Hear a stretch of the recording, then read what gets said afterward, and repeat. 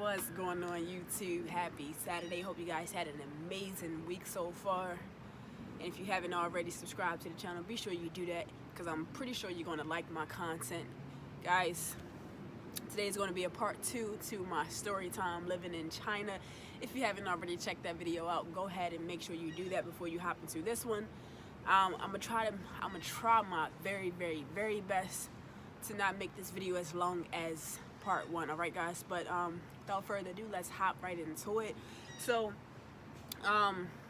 pretty much I think I left off telling you guys about the rat situation, right? So during that time I was still living with my host grandmother, because my host family was still in Australia, and they actually had contacted my coordinator, and because they wanted me to travel to Australia. But like I said, my visa situation was kind of still, you know, uncertain. Like I had a visa, but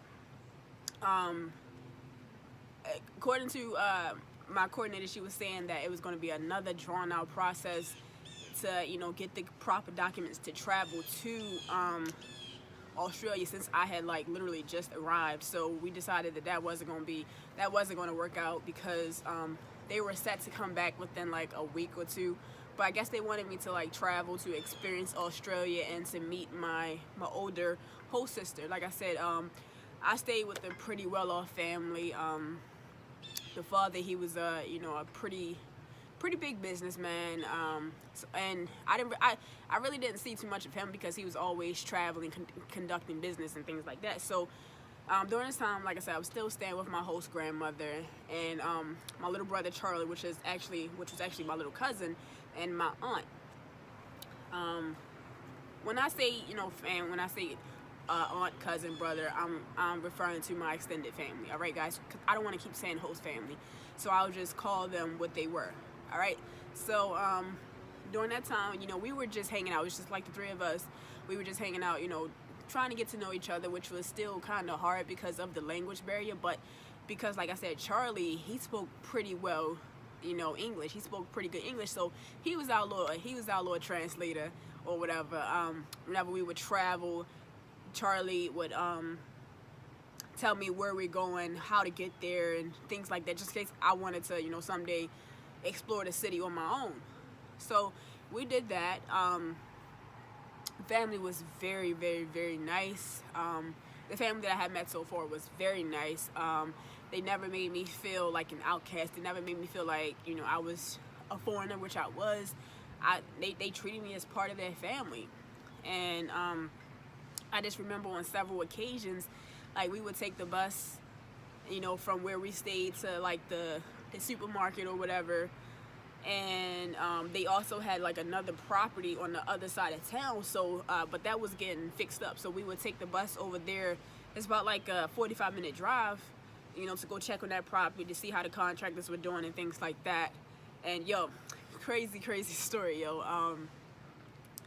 One day we were over there, right? We were over at the other property, we were over at the other house, and I didn't know that they had chickens in a room, right? So I think she was like signaling me to open the door, and I opened the door and all these chickens came out. Yo, I was so scared. I didn't know what to do.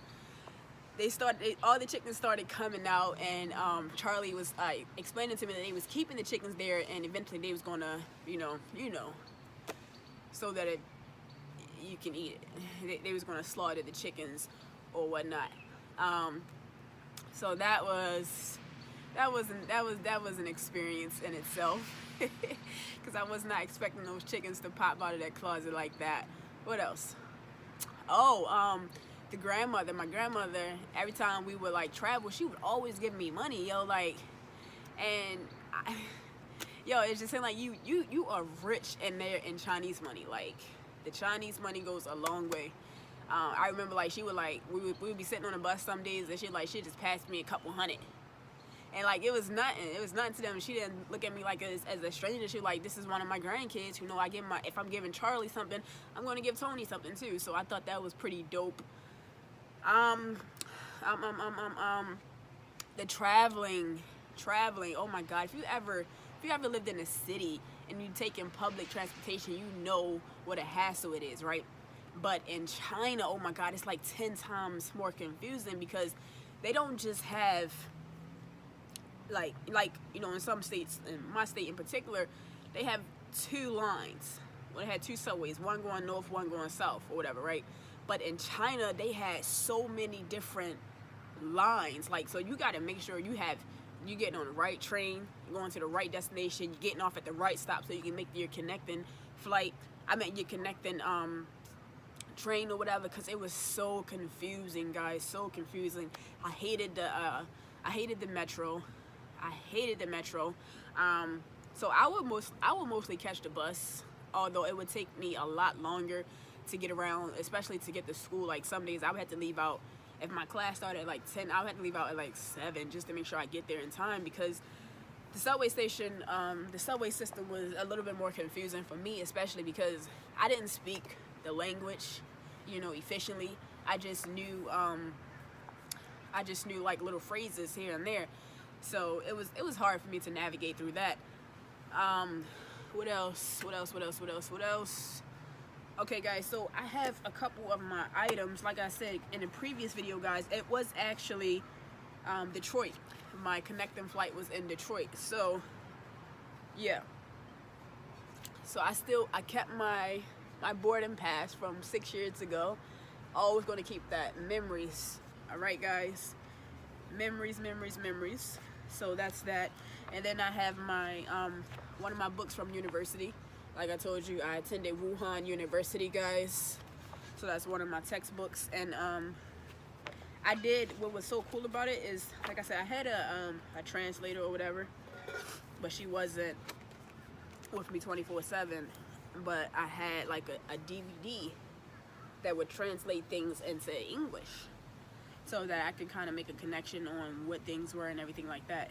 And now that I'm looking at it, it's been a while since I actually dived into this book, so I may try to, you know, go back into it and try to learn it. Try to learn Chinese or Mandarin. You know, because, you know, I definitely would love to visit my extended family again. I would love to travel again once things get back to normal. Yeah, China was definitely a beautiful place to be. And what I have here, guys, is my United States passport, and I'm going to show you guys my visa. Let me show you my visa. So here, I don't know if you can see it. I'm trying to focus it for you guys. That's my Chinese visa. I'm just going to kind of read it, because I couldn't really get it to focus. So basically, remember yesterday I said I wasn't sure what type of visa I had. I couldn't remember what type of visa I had applied for because of my situation or whatever. So it ended up being a S2 visa. I think that's a student visa. I have to double check. I have multiple entries, so I can leave in and out of the country multiple times for up to 10 years. So this visa is still actually good until 2025. So I can still actually go to China with my passport and my visa until 2025. And the thing about this category visa is that I had to actually leave the country every 90 days, just so because that's what my visa that was one of the stipulations of my visa. So the family would have to take me to the border, and all you had to do is just leave out and then come back within a couple hours. So we would like take little day trips. I can't remember exactly where we went. It could have been Hong Kong. I can't remember, guys. So I apologize. And here it's kind of like my Chinese visa. Wuhan University. Can you see it? That's the school that I attended. Like I said, it's kind of like my Chinese visa, but my student ID at the same time. So this just had, you know, more of my personal information, picture of myself. That's when my dreads were baby dreads, you know what I'm saying? But they done grown now. Whew. So yeah, guys. Oh, okay. So I guess I should tell you about when my host family finally did come back to China, and we got to meet. On that particular day, I got out of school, and like I said, you remember the driver that took me to that picked me up from the airport and took me to the grandmother's house? That was my host mother's and host father's personal family driver. So one day when I got out of school, he came to the grandmother's house to pick me and my luggage up, and excuse me. But Julie, my coordinator, had already told me that, you know, that I'll be packing up and leaving because the family was back in town and we were going to meet and greet and all that. So when I got home from school, my bags were already packed, and Mr. Dong, that was the name of my driver, our driver, he came to pick up my bags or whatever. And I'm thinking like we're going across town somewhere. I didn't know that, you know, we actually lived in the same development. So, you know, like I said, it was a very nice condominium. We lived like on a main street, but it was like in a square, like it was like a park. It's like a park attached to the condominium building. It was a very nice development, guys. So the grandmother lived in one building, right? And we lived in like, I think it was like 3 buildings down. So it was in the same development. Like I said, it was a close-knit family. So I understand that. It was in the same development, just about 3 doors down. I mean, 3 buildings down. So Mr. Dong, he took my suitcases and we started walking through the park. I'm like, where are we going? I'm like, I hope we're not getting on the bus. I'm thinking to myself, like, what's wrong with his car? Like, I hope we're not getting on the bus with these 2 big suitcases. Everything was going through my mind. But it turns out that they actually live a couple buildings down. And this is the penthouse that I was referring to. So we lived on, I think it was the 30th floor. 30th floor, very nice apartment. Very nice unit, guys. I think it was like 6 bedrooms up there. 5 or 6 bedrooms. Nice wraparound balcony. Like, oh man, I wish I had pictures. Like I said, all my pictures and my videos were in my laptop, which I no longer have anymore, so that sucks. I'm trying to think of all the major moments. I did visit the Great Wall. There's a couple museums that I visited on my own, and it was kind of cool, you know, because the family, we would like do stuff together on the weekends, but you know, during the week, like if I didn't have class or whatever, I wanted to explore. I'm like, I'm in a foreign country. I'm in a beautiful country. Like I need to explore. I need to get out. I need to step outside of my comfort zone and, you know, kind of go see what the world has to offer Toni Hardy. You know what I'm saying? So, you know, I had my little Metro card. By that time, you know, they had taken me, you know, on the Metro a couple times. So I was starting to get used to it, everything. The train and the subway. I meant the train and, yeah, the train and the bus, excuse me. So I was starting to get used to things like that after a while. So I would, you know, take little day trips to the museum, and it was so cool. Like I would look it up on Google. I would look it up on the internet, and like I would print out my directions or whatever, right? And like I would have, you know, MapQuest back in the day. I would print out my directions, and then I would have my Google Translate. So it would show me, you know, I would ask my host family, like, where do I start? Like, where do I get on? Where do I get off? Where do I transfer? And things like that. And once I knew that, I could, you know, pull up my Google Translate. And like I said, I had my Chinese for Dummies travel guide. I wish I had it with me. I forgot to bring it out to shoot the video. This is all I have. But I had that travel guide along with my Google Translator and my directions. So I was kind of good to go. I was actually proud of myself. Like I would go to the mall. Like I said, I would go to museums. I would just explore the city. Like, and it was an amazing experience, guys. Oh my God, it was such a beautiful experience. And it's being a foreigner and being a black person in China, like you kind of really stuck out. Like people always wanted to touch my hair. Like I always had dreads. They weren't always this long and pretty though, but people want to touch my hair. They want to touch my skin. I guess some of them have never seen a black person, you know, besides on the television. So I was always kind of like the center of attention when I went out, you know, to different places and stuff like that. Trying to think, guys. Like I said, I don't want this video to be too much longer than what it has to be. I'm trying to make sure I got all the nitty gritty. Oh, okay. So, that was, I was like, what the heck is that? That's a leaf. All right. So my aunt and my brother Charlie, like we would, Charlie was in karate, martial arts, right? Excuse me. Charlie was in martial arts, so 2 days a week, my aunt, myself, and Charlie, we would get on the train and take Charlie to his martial arts classes. But afterwards, we would like kind of explore downtown China, downtown Wuhan, where we lived at, right? And we would go into the meat markets and everything, the fish markets. You know, the fish market that they were showing on the news and everything like that. I actually went in that place firsthand.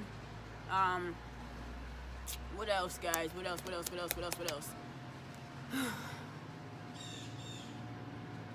I told you I never felt like an outcast or things like that. Overall, it was an amazing experience. I'm glad I stepped out of my comfort zone. I'm glad I did that. And I would definitely, people ask me all the time, would I go back to China? And I say in a heartbeat. Like, I would definitely love to, visit my extended family again. I still keep in contact with them here and there, on Skype or Zoom, email, But I would definitely love to visit. Again, I know my little brother Charlie is probably like 14, 15 now. And I had a little sister, she was like 3 at the time. So she's probably like, I'd say about 8 or 9 now. Yeah, I would definitely love to see how everyone's doing. And you already know, guys. You already know. I gotta end it off with some motivation. And today's motivation is to just follow your heart, follow your dreams, regardless of how wild it may seem. Regardless if you're the only one who can see your vision, you gotta understand that God gave you the vision. God didn't give everyone else the vision. For example, in my life, my family didn't understand why China. I've always been drawn to China for some reason. I've always been attracted to the history, to the culture, to the people for some particular reason. And, like I said yesterday, my family didn't quite understand, like, who in their right mind packs up and leaves without even speaking the language. And, that's an experience that I will forever be grateful for, man. It definitely changed my life. It definitely shaped my life. It allowed me to see, see what a small place that I occupy in this world. A small yet meaningful place.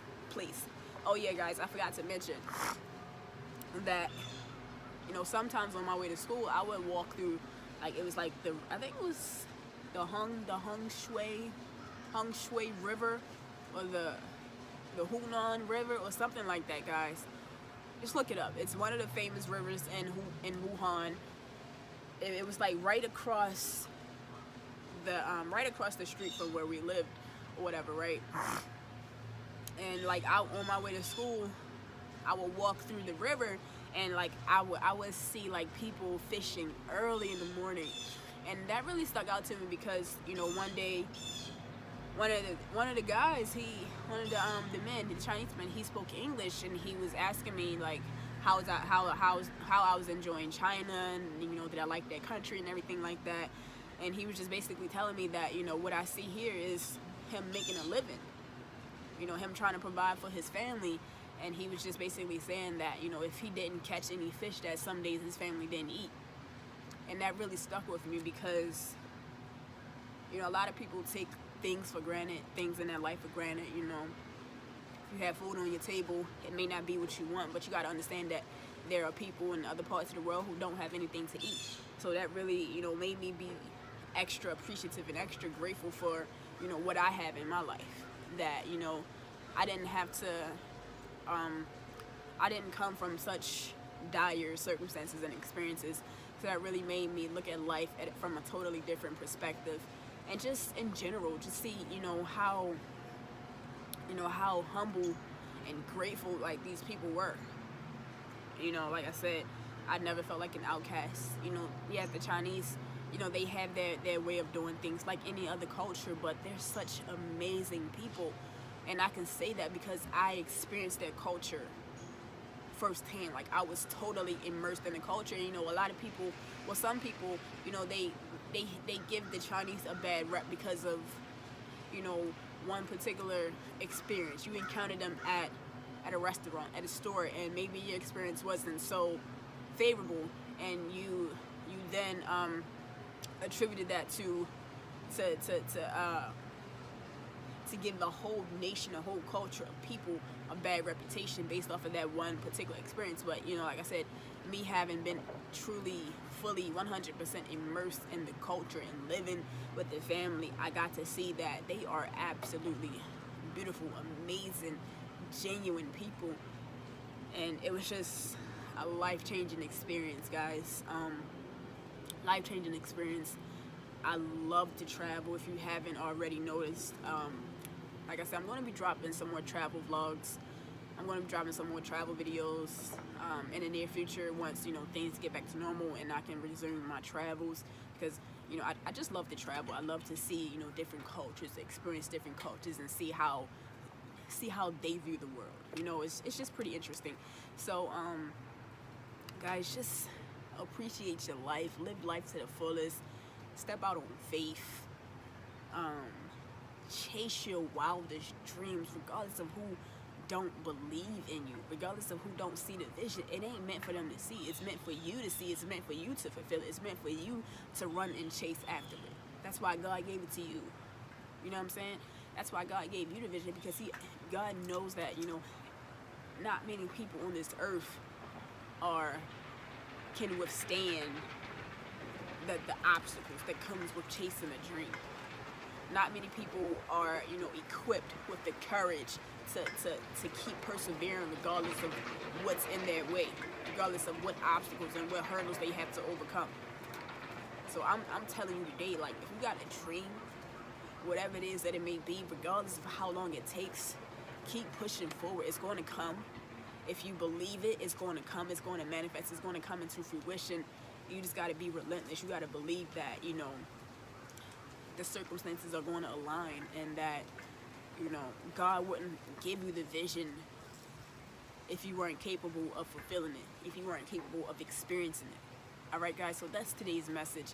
I hope you enjoyed part 2 of my story time living in China. Like I said, I didn't want to make it too long, and best believe, guys, I left out a lot of details, but yeah. Have an amazing weekend. Remember, as always, you are absolutely limitless. There is nothing you cannot be, nothing you cannot do, and nothing you cannot achieve if you set your mind to it. All right, guys, be sure to like, share, comment down below, and subscribe to the channel if you haven't already, guys.